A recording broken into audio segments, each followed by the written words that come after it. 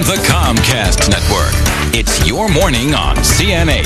Divorce in the holidays is still ahead on your morning. Some coping skills for parents and their kids as they head through what can be a stressful time. Stressful indeed. You know, what are some of the things that you need to know and do to make sure that your holidays go really as smoothly as possible for your kids? That's coming up next on Your Morning on CN8, the Comcast Network. Time right now is 7:35. Hey, the holidays, you know, they tend to conjure up happy thoughts of families sitting around the fireplace, spending quality time with one another, playing games or whatever. But for parents and children dealing with a divorce, it can be one of the most difficult and unhappy times of the year, especially for youngsters. So what can you do to make sure that your children have the happiest of holidays, even if perhaps mom and dad aren't under the same roof this year? Well, Judy Charny is a family law attorney for Charny Karpousis, and she is here with some great suggestions. Nice to see you. Good morning. You know, as a family law attorney, I bet you probably see a lot of strife during the holidays, birthdays, Christmas, Hanukkah, things like that. But do you see a lot of people putting time into figuring out those decisions of not just who gets the assets when you get through a divorce, but who gets the quality time? That's a very good question. In my practice, I do find a lot of parents do not look at that from their children's point of view, and they pretty much decide they want as much time as they can. They're not looking at it from the poor child who has to be carted back and forth or has to split their holidays. They're not thinking about the children. Instead, they're thinking about how much actual time are they going to have in order to get over on their spouse. Yeah. And it's really the wrong perspective. It is get over on their spouse. I've got 4 more hours of time with my kids than you do, nanny.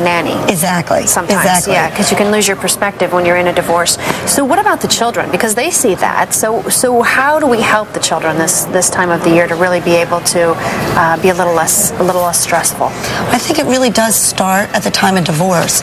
That it is important at the time of divorce that the parents do put the children ahead of themselves, and they do make a realistic and flexible schedule so that the children are not stuck in the middle.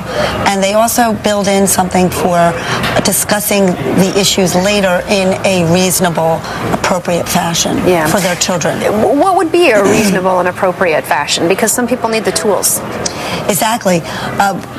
Making a flexible schedule initially and agreeing to be flexible with each other going forward and agreeing to possibly mediate prior to running to court is also a tool that they could use in the future to decide the schedule when there are issues. Other tips there that people need to know about just to help kind of keep the peace during the holidays and help make sure that you know, mom and dad, even though maybe you're not together anymore, can kind of be civil to each other?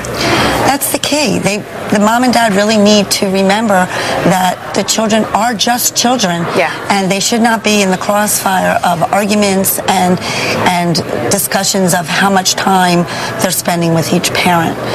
Take the children out of that. Take the children out. Compromise. Boy, you know, try to get along a little bit. That's a good one, isn't it? Exactly. You don't always have to win everything.